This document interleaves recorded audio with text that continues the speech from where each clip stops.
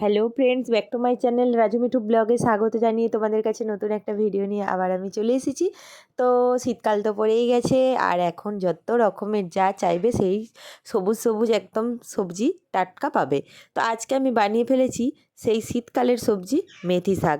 মেথি শাকের সবজি খেতে কিন্তু দারুণ লাগে। তো চলো কীভাবে বানিয়েছি দেখে নাও। তো দেখো, মেথি শাকগুলোকে আমি প্রথমে বেছে নেব। মেথি শাক দেখতেই অনেক, কিন্তু মেথি শাক বাছার পরে একদম একটুখানি হয়ে যায়, তারপর আবার যখন রান্না হয় আরও কমে যেয়ে একটুখানি হয়ে যায়। তো যাই হোক, এখানে আমি 2 আটি মেথি শাক নিয়ে নিয়েছি, আর মেথি শাকের পাতাগুলো আর ডগগুলো এরকমভাবে কেটে নিয়েছি।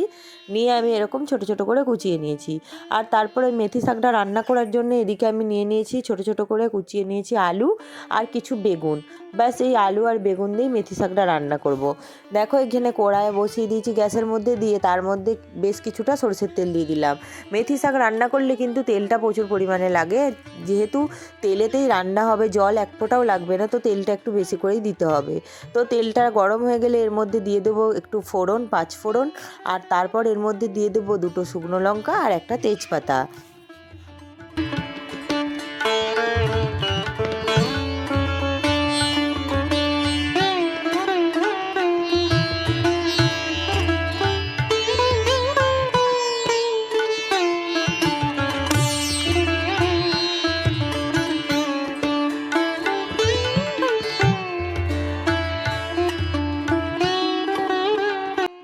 ফোড়নটা গরম হয়ে গেলে তারপর এর মধ্যে কেটে রাখা আলুগুলো আমি দিয়ে দেবো।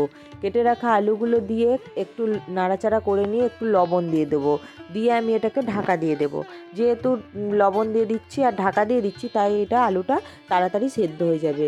আর তেলের মধ্যেই বন্ধুরা এটা কিন্তু করো, আর যেন এমন পরিমাণে তেলটা দেবে যেন তেলের মধ্যে আলুটা ভাজা হয়ে যায়, ভাজা হয়ে একদম সেদ্ধ হয়ে যায়। তো যাই হোক, আমি এখানে ঢাকা চাপা দিয়ে দিলাম।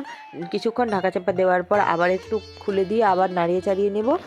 এইভাবে আমি এটাকে সেদ্ধ ভাজা ভাজা করে নেব।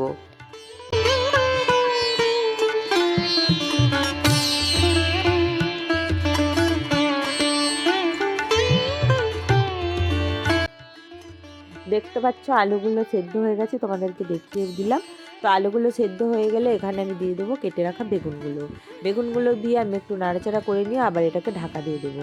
বেগুন তো খুব তাড়াতাড়ি সেদ্ধ হয়ে যায়, তাই বেগুনগুলো একটু লেটে দিলাম। তো ঢাকা চাপা দিয়ে দিলেই বেগুনটা কিন্তু একদম প্রায় সেদ্ধ হয়ে যাবে। তো কিছুক্ষণ পর ঢাকনাটা খুলে আবার একটু নাড়িয়ে চাড়িয়ে নেব। ভিডিওটা চলাকালীন একটাই রিকোয়েস্ট, ভিডিওটা ভালো লাগলে অবশ্যই করে লাইক, কমেন্ট, শেয়ার করো। যারা আমার চ্যানেলে নতুন তারা অবশ্যই করে চ্যানেলটা সাবস্ক্রাইব করে পাশে থাকা বেল বাটনটি বাজিয়ে দেবে, যাতে আমার ভিডিও তোমরা সবার আগে দেখতে পাও। তো দেখো, বেগুনটাও প্রায় সেদ্ধ হয়ে আসছে, সেই মুহূর্তে আমি দিয়ে দেবো কেটে রাখা শাকগুলো। কেটে রাখা শাকগুলো দিয়ে আমি একটু ঢাকা চাপা দিয়ে দিচ্ছি। দেখো বন্ধুরা, অনেকে আছে শাকটা কিন্তু একটু ভাপিয়ে নিয়ে তারপরে দেয়, জলটা ফেলে দিয়ে, তেতো তেতো ভাব লাগে বলে। কিন্তু আমি এটা ভাপিয়ে নিচ্ছি না। এইভাবে তোমরা রান্না করো, কিন্তু তেতো কিচ্ছু লাগবে না। আর ভাপিয়ে নিয়ে জলটা ফেলে দেওয়া মানে শাকের উপকারিতাটা, গুণাগুণটা সবই নষ্ট হয়ে যায়, চলে যায়, শরীরের মধ্যে কিছুই যায় না। তো সেই কারণে এইভাবে আমি দেবো। আর ডগগুলো যেহেতু নিয়েছি, তেতো কিন্তু লাগার কথাই নয়। তারপর শাকটা একটু নরম হয়ে গেলে আমি এখানে দিয়ে দেবো 2 চামচ হলুদের গুঁড়ো, সামান্য অল্প একটু লঙ্কার গুঁড়ো। ব্যাস, এখানে মশলা বলতে এই দুটো জিনিসই পড়বে। আর লাস্টে একটা মশলা দেবো, তো সেটা দেখতে থাকো। আর একটু লবণ দিয়ে দিলাম, দিয়ে এটাকে ভালো করে নাড়াচাড়া করে নিচ্ছি।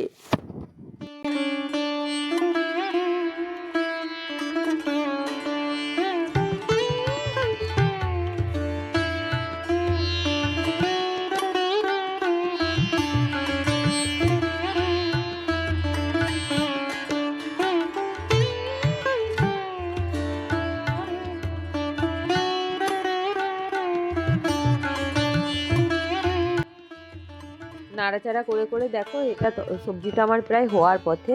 একদম দেখতেই পাচ্ছ শাকগুলোও সম্পূর্ণ কুক হয়ে গেছে, আর আলু তো আগেই সেদ্ধ হয়ে গেছিলো। তো তারপর আমি এখানে একটা ডালকাটা দিয়ে ওটাকে আমি একটু ঘেঁটে দিচ্ছি। তোমরা চাইলে ঘাঁটতে পারো, না চাইলে নাও পারো। আমি একটু এইরকম সবজি করলে আমি একটু ঘেঁটে দিই। তো যাই হোক, এটাকে আমি একটু ঘেঁটে দিলাম।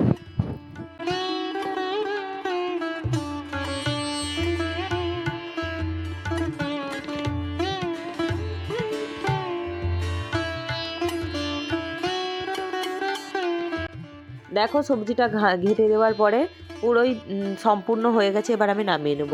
এই মুহূর্তে আমি দিয়ে দিলাম ভেজে রেখে গুঁড়িয়ে নিয়েছি জিরে। শুকনো খোলায় জিরেটা আগে ভেজে নেবে, তারপর সেটাকে গুঁড়িয়ে নিয়ে দিও। এটা কিন্তু অবশ্যই দিও, তবেই মেথি শাকের টেস্টটা আরও ভালো লাগবে। তো দেওয়ার পরে কিছুক্ষণ নাড়াচাড়া করে নিয়ে আমি এটাকে নামিয়ে নেব। তো কার কার এরকম মেথি শাকের সবজি খেতে ভালো লাগে অবশ্যই কমেন্ট করো। আর আমাদের বাড়িতে সকলেই মেথি শাকের সবজিটা খুব ভালোবাসে। তো চলো বন্ধুরা, আবার আসবো নতুন একটা ভিডিও নিয়ে তোমাদের কাছে খুব তাড়াতাড়ি। ততক্ষণ তোমরা ভালো থেকো, সুস্থ থেকো, সাবধানে থেকো। টাটা বন্ধুরা।